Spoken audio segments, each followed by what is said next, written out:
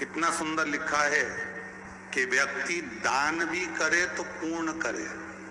क्या करे? दान। कल कथा में सुना था ना, आपको बताया था कि हरतालिका तीज का जो उद्यापन होता है उसमें 5 वस्त्र दिए जाते हैं। कई कई माताएं बड़ी चतुर होती है, तीर्थ करने जाती है तो साथ में कपड़े ले जाती है दान करने के, तो कुर्ता तो दे देती है, पंडित जी को धोती दे देती दूसरे को। समझना जरा, ये भी बहुत ध्यान देने वाली बात है, ये कोई साधारण नहीं है। बहुत बहुत चतुर चतुर माताएं होती हैं। टोपी दे देगी एक को, साल दे देगी एक को। अब उसके मन में आया कि मैंने देखो कितना जोरदार पुण्य कमाया, मैंने सबके दिया। बोलो रे पंडित जी ने दिया कि नहीं दिया? अब पंडित जी ने बोलते हो हमें तो धोती मिली है, इसको कुर्ता मिला, इसके तो ये सामान मिला, इसको ये मिला, तो ये, पर ये शास्त्र विमुख है। वस्त्र देना है तो पूर्ण दो। कैसा वस्त्र दो? पूर्ण। सुहागन स्त्री को, सौभाग्यवती नारी को अगर वस्त्र देना है तो पूर्ण वस्त्र देना चाहिए। कभी साड़ी दे दी और चोली का कपड़ा नहीं दिया तो वो श्रेष्ठ नहीं है। अब कई कई माताएं तो कहती हैं गुरुजी साड़ी में ही आजकल वो कपड़ा लगा लगाया आता है। भले लगा हुआ आता है पर साड़ी में सिला हुआ होता है, वो बना हुआ होता है, उसको अलग करना पड़ेगा। तो या तो तुम उसको पहले अलग करके लाओ फिर दो। पर कभी भी सौभाग्यवती नारी को एक वस्त्र मत दो, एक वस्त्र कभी नहीं देना।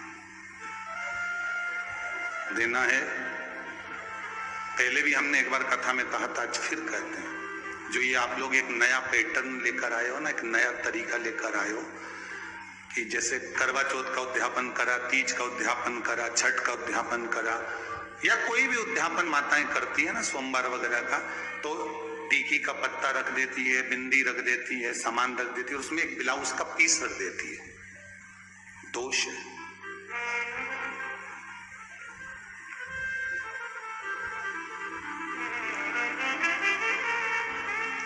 फिर माताएं कहती है कि हमको दुख क्यों झेलना पड़ रहा है, हमको ये कष्ट क्यों आया, हमने तो उद्यापन अच्छे से करा, हमने तो ये उद्यापन बहुत अच्छा करा था, फिर भगवान ने हमारे साथ ऐसा क्यों किया, किस लिए किया?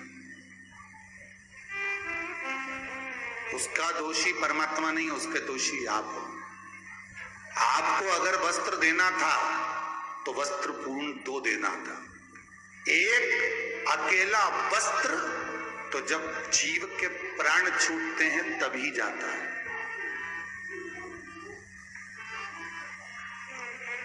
अगर आपको ब्लाउज पीस देना है तो पहले उसको, उसके साथ में एक जो हाथ में बांधने वाली मोली होती है, लच्छा होता है, पहले एक हाथ की मोली उसके अंदर रखो ब्लाउज पीस के साथ में, तो वो 2 वस्त्र होगा। तो एक नहीं कहलाएगा, फिर वो 2 हो गए। पर माताएं पॉलीथीन में जब पैक करती है ना, पॉलीथीन में जमा लेती है, उसमें टीकी का पत्ता रख लेगी, वो लगाने की रख लेगी, कुंकू रख लेगी, सब कुछ रख लेगी, पर वस्त्र एक रखेगी। उसमें मोली नहीं रखती है, कलेवा नहीं रखती, उसमें नाड़ा नहीं रखती, उसमें वो शुभ सूचक नहीं माना गया।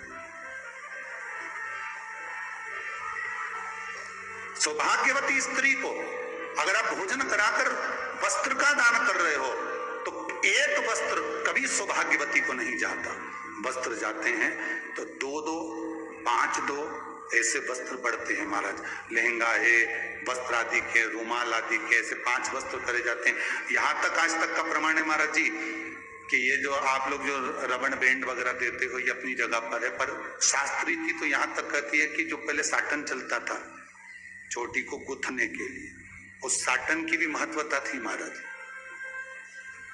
भविष्य पुराण को उठाइए और भविष्य पुराण को उठाकर देखिएगा, कभी मौका मिल जाए आपको और आपके पास में अगर भविष्य पुराण की किताब हो, पोथी हो, पुराण हो, तो उसको पढ़कर देखना एक बार। उसमें वर्णन आता है कि 5 वस्त्र में वो साटन भी गिना जाता स्त्री के। कारण क्या था? तो कहते हैं जो साटन का दान देते थे, रिबिन उसको कहते, साटन का रिबिन बोलते हैं उसको, तो उसका जब दान देते थे तो जो परिवार टूट रहा होता था, जिसके परिवार में सास बहू देवरानी जेठानी की लड़ाई होती थी, परिवार टूट रहा है, विभाजन की ओर चले जाता है, तो साटन का दान करने से परिवार जुड़ जाता था, इसलिए साटन दिया जाता था। अब आज के समय में तो कौन दे, फैशन है हमारे, थोड़ा वीआईपी चीज तो भगवान भी कहे वीआईपी में जा, भगवान भी कर दे वीआईपी, चलो चल। उम्मीद करती हूँ वीडियो आपको अच्छी लगी होगी। वीडियो अच्छी लगी तो please like comment share and subscribe my channel. मिलते हैं नए वीडियो में, तब तक के लिए धन्यवाद।